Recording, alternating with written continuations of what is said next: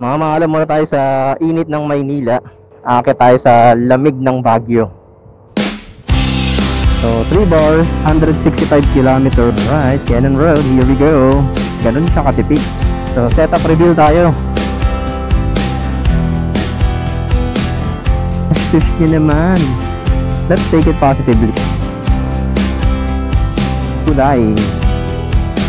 Normally dito yung may nangaharang. Bridal Falls. May tubig siya ngayon. Ganda. Ngayon natin si Beast tayo. Uy, medyo lang daan. Uy, nakakatakot tumingin. Nakakalula. Okay, so here.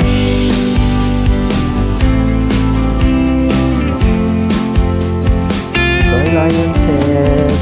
Alright, ako na.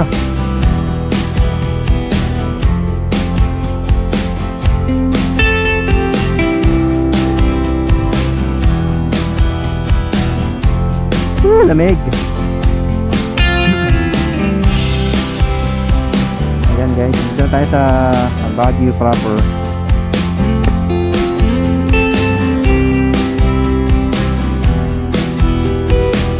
Happy muna tayo dito sa Good Days. Dito may kayong carrot stick.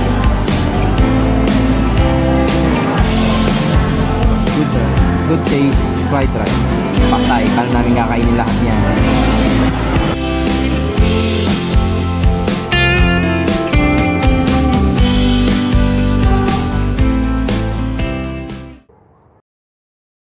Okay, approaching half tunnel na tayo guys. Half tunnel ng Atok. Umuulan sa loob ng half tunnel. Ramdam na ramdam ko na yung lamig ng hangin dito. May landslide dito. So next stop natin na Mount Olis. Ay, lamig. Biglang umihip yung hangin, lamig. This is definitely higher and colder than Baguio. Look at the view. Tapos one way lang to. Ay, yun lang. Gipin na to eh. Lumalaban si Vistaya. One way na pakyat.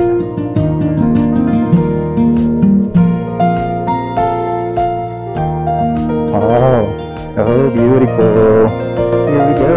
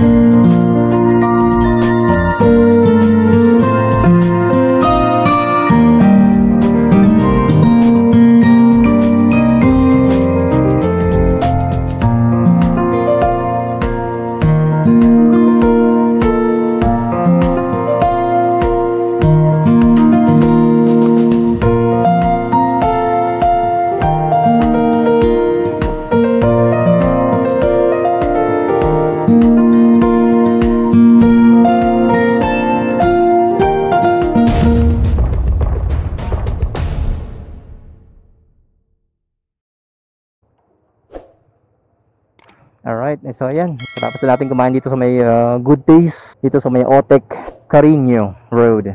Grabe, dami namin na take out. Hindi namin kinaya yung ganong kadaming servings. Grabe, busog na busog ako. Doon pa lang sa may Good Days fried rice. May chicken na. Tara, ito yung literal na traffic sa Baguio. So ayan guys, from Good Days akit na tayo ng Mount Olis. Dito yan sa may Atok, Barangay Paway, Atok, Benguet.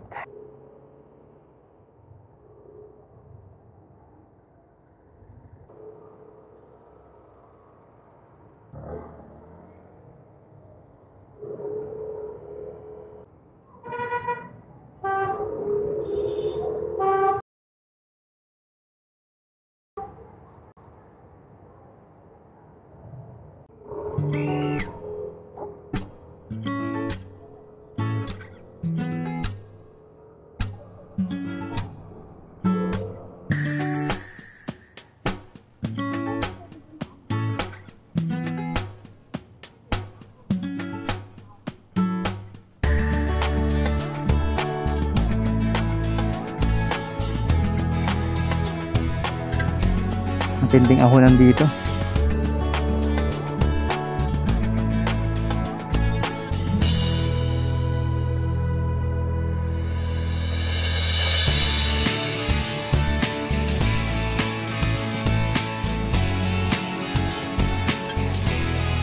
Ikaw, gusto mo? Medyo mataas nga lang dito.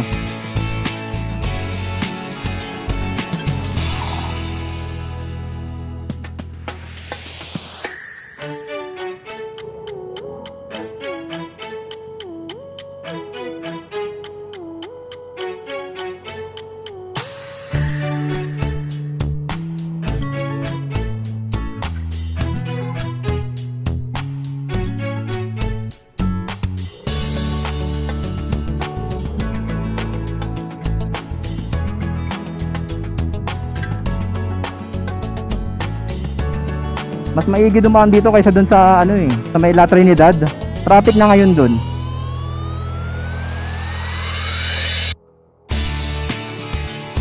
Alright. So ayan guys, nandito na tayo sa Halsema Highway. Going na tayo sa papuntang Atok. Yan. Performance wise ng Beast Tire. Yun, wala pa rin namang mintis, parang sablay. Tuloy-tuloy ang kanyang performance. Pag niliko mo sa kanan, nililiko ko sa kanan. Pag kinalawa mo, ikakaliwakan mo. So yan may mga buha-buhangin pa. Hindi naman siya nadudulas. Ito yung isang shortcut papuntang Baguio. May ulap na. Woo! National Toll Gate. National Toll Gate na walang bayad.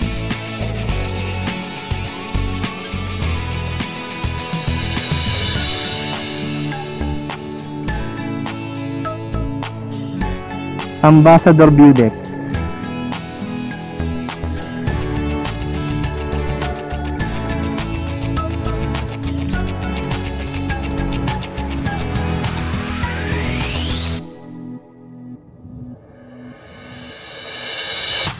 Okay, approaching half tunnel na tayo guys. Half tunnel ng Atok. Umuulan sa loob ng half tunnel.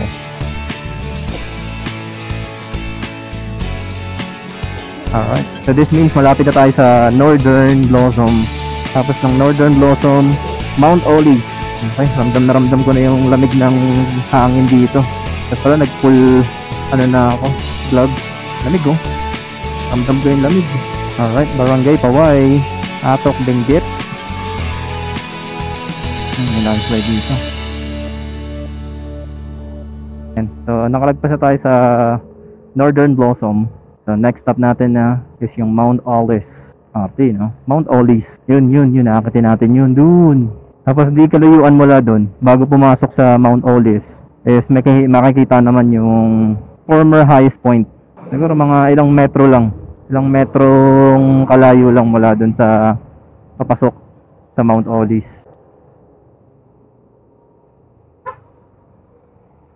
Ito na yung papasok ng Mount Olive. Ito rin yung papunta ng Sakura tsaka Heights Place. Ay, lamig.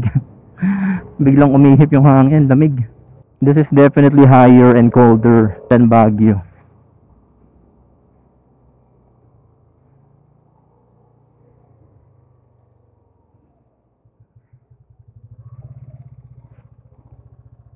You know, look at the view.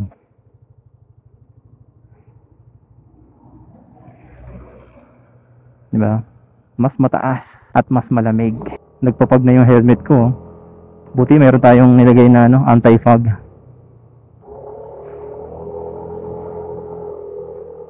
Oo. Grabe, lumalamig habang pakit ng pakit. Parang feeling ko dun zero visibility oh. Grabe dun pag dun oh. Lamig sa kamay. Okay pa yung kalsada banda rito. Ayun, parang medyo may mga lupa-lupa lang.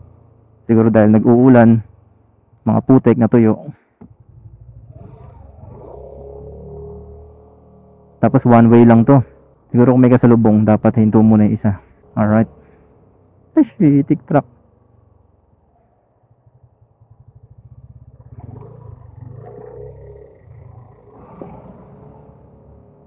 Okay, dito tayo sa kanan.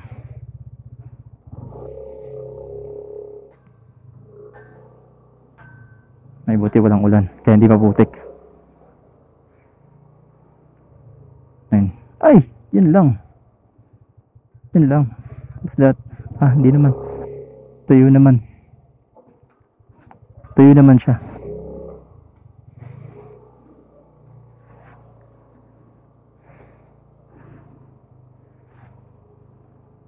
Buti lang hindi umulan. Mas maano to. Mas madulas.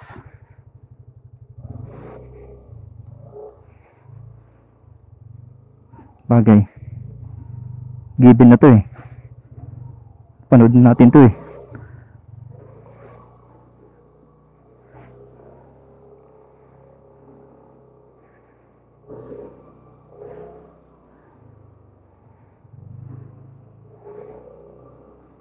Grabe. Sabagay. Talagang wala namang madaling daan eh. Gusto mo talaga ng magandang campsite. Pinaghihirapan mo dapat.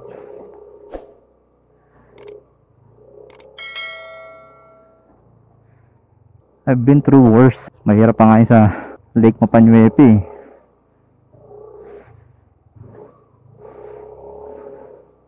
Grabe. Ba't nahihingal ako dun? Yan, paproud ulit. Yan nga, Beastire. Lumalaban si Beastire. Ito yung one way na paakyat.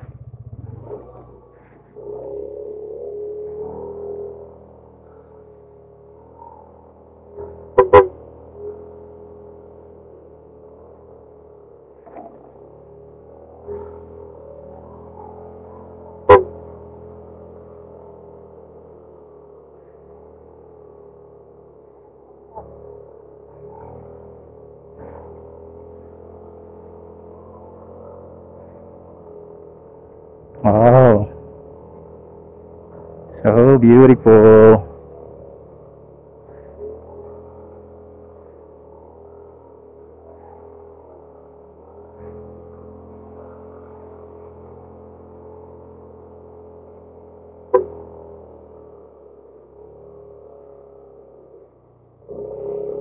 Okay, here we go. Naglag na yung tent oh.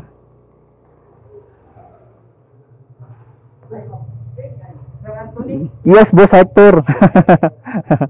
Alam mo na.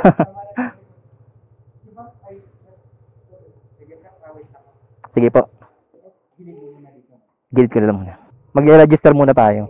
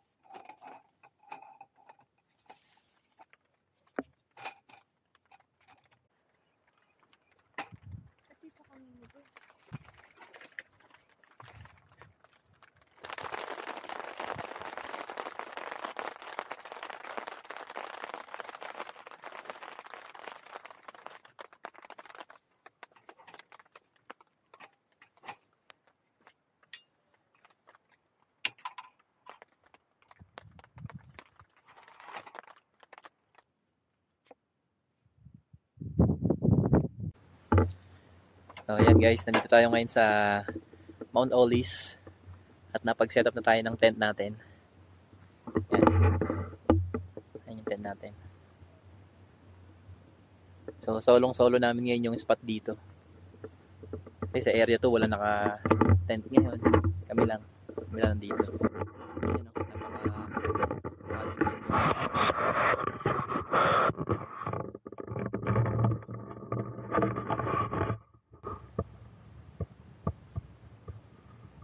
lamig. Grabe yung lamig. Tapos doon yung parang sea of clouds na. Tapos dito yung rice terraces nila.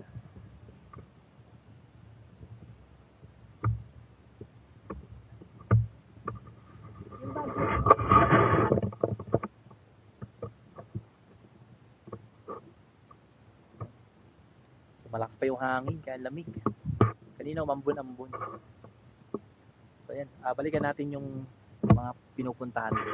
So ayan guys, mula dun sa information center. So ayan, yung motor natin dito natin pinark banda dito. Ayan. Si Aerox. Putik. Wawa naman. Lamig dito eh. Ayan guys, so, talagang yung buong paligid na babalot lang talaga ng fog. Tapos yung kapag umaga dito, yan nga, nagkakaroon ng sea of clouds. Hopefully ma-champuan natin. Tapos from here sa parking, makikita nyo na kagad yung mga iba't ibang halaman na nandito. Galing no? Talagang nabubuhay yung halaman sa ganitong weather. Malamig. Grabe. Motor.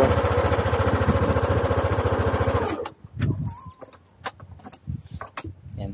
So from here, ayan yung parking. Yan yung ating motor. Kailan dala yung cover. Akit tayo.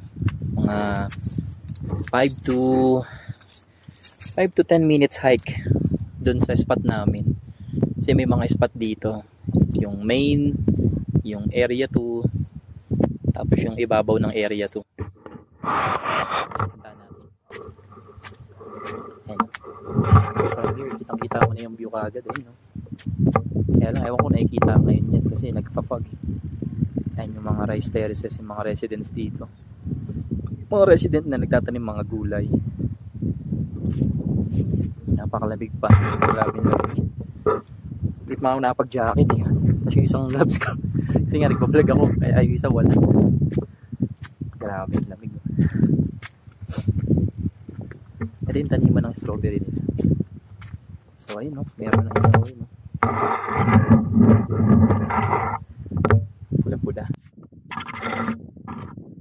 Sana makatingin din tayo ng strawberry nila. Sabi ni Kuya, dadala niya daw ako bukas eh. Ay, dami nagbunga oh. Hinog na kaya yan. Yan. So, magbabaon ko din ng lakas ng tuhod kasi wala dun sa parking. Yan, ahon din talaga. Konting trekking pa ahon. Yan. May scarecrow. Tapos dun sa unahan, makikita mo yung welcome statue nila. Dalawang matipon na lalaki.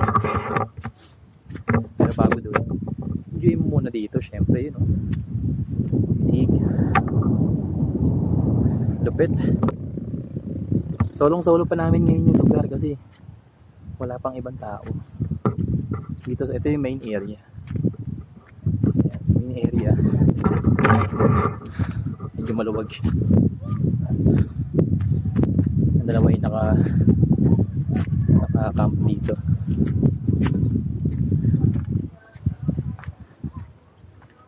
Ito yung statue. Welcome to Mount Olis.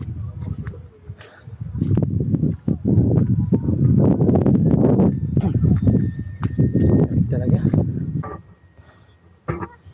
Kasi mula dito sa statue, papanik lang kayo dito. Nandito yung main view deck nila. May tao sa taas. Yung mga nagkakampi. Let's check it. Yun yung napaka. Uy, zero visibility talaga. Dali lang, kita mo paikot nga eh. Sige.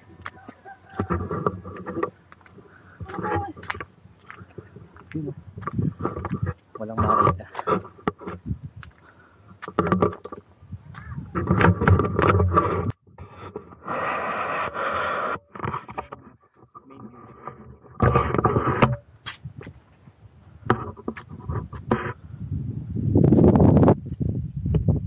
From here, kita mo yung mga bundok na tatakpan.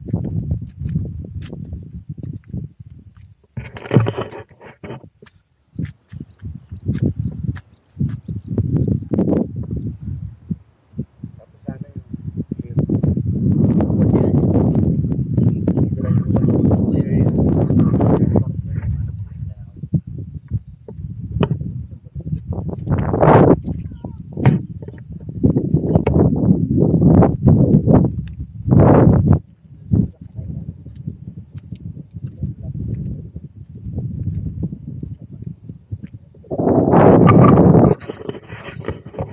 Tingnan natin kung medyo clear.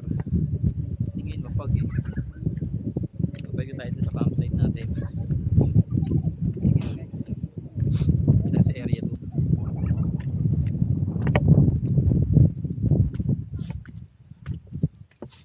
Mas dito na kaagad ako. Tapos dito.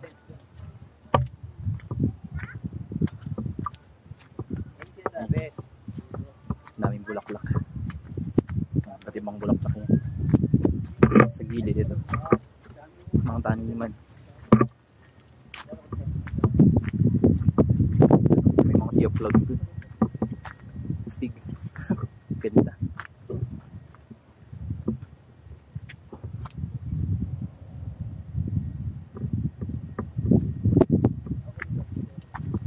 Ito mga bulaklak.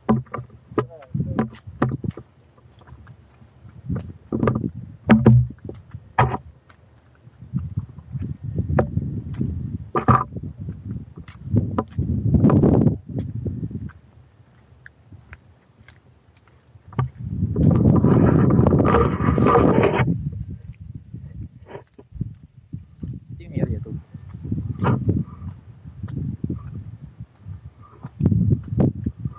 Dito naman kami nakapag-tent. Solong-solo namin yung lugar dito. Yan yung tent namin. Our humble tent for tonight.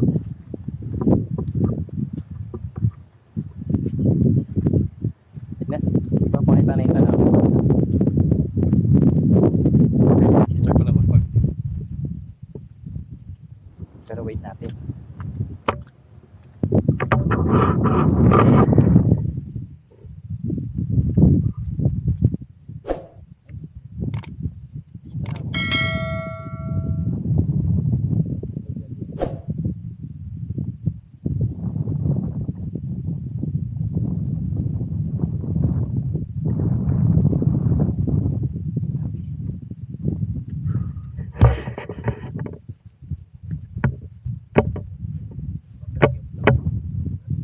Sana makita natin.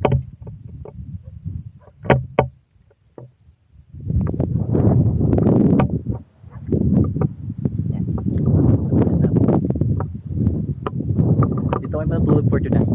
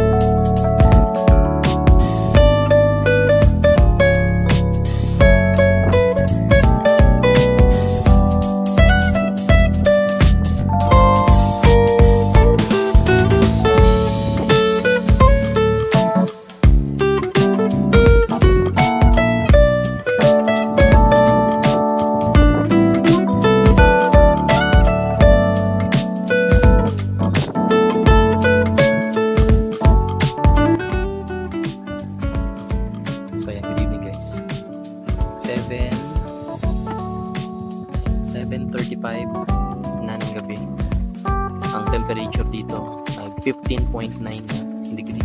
Yan. Napakalakas ng hangin.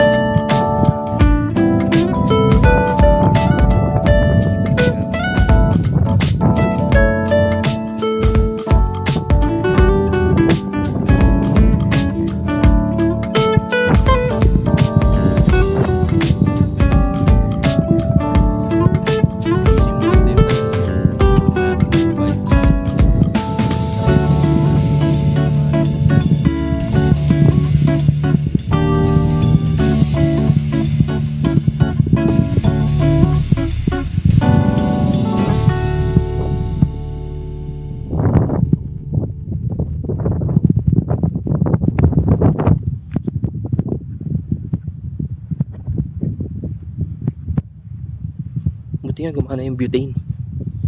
Sobrang lamig ng butane kanina. Yan yung kape. Hindi pa mainit eh. Maya gabi. Time check 5:35 AM. And this is the current view.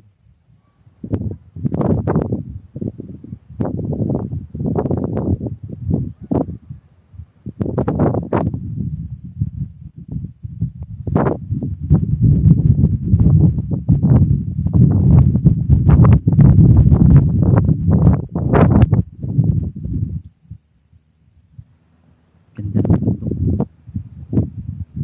Parang natutulog ni dambuhala.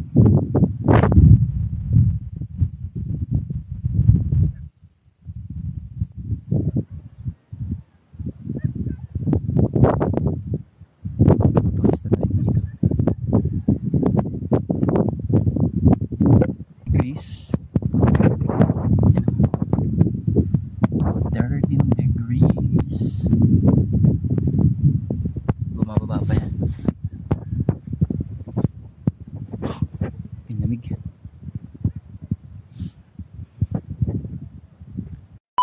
Alright, 9 o'clock. Check out time natin dito sa Mount Olive. So let's go Baguio. Yung Baguio naman bubulabugin natin. Joke. Yan, madami na yung visitors nila. Okay, let's go. So go. Wala si sector eh. Thank you Salamat.